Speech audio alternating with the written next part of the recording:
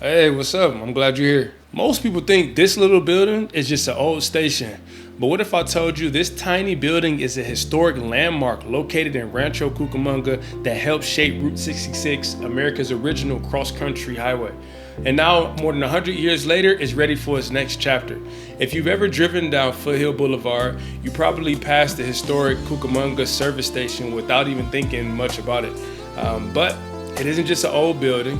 This station was originally built in 1915, making it one of the oldest surviving service stations along historic Route 66 corridor. It's currently evolved into the Richfield Station and today operates as a museum, preserving the history of Route 66 and Rancho Cucamonga. But you want to know what's super exciting? The organization behind the station has unveiled plans to reconstruct the original garage that once stood behind the buildings. Most visitors don't realize that the gas station you see today was only a small piece of the original property.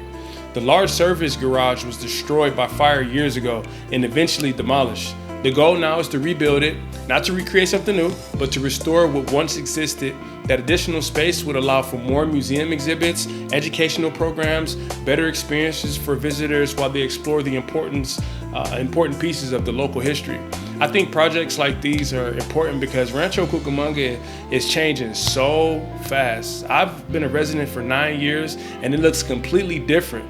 So I can imagine how the original and longtime homeowners feel. We have new housing, transportation projects, major investments happening across the city. So preserving and rebuilding places like the Cucamonga Service Station helps keep the city's story alive and available for anyone who's looking to know about its origins. My father's a mechanic, so classic cars and rust buckets are embedded deep in my code. My favorite car has to be between the 1968 Chevelle and then everybody's favorite 1968 Camaro. This station reminds me of that strong America, like when cars were made of hard steel and everything was created to last. This is definitely one of those hidden gems that's worth checking out.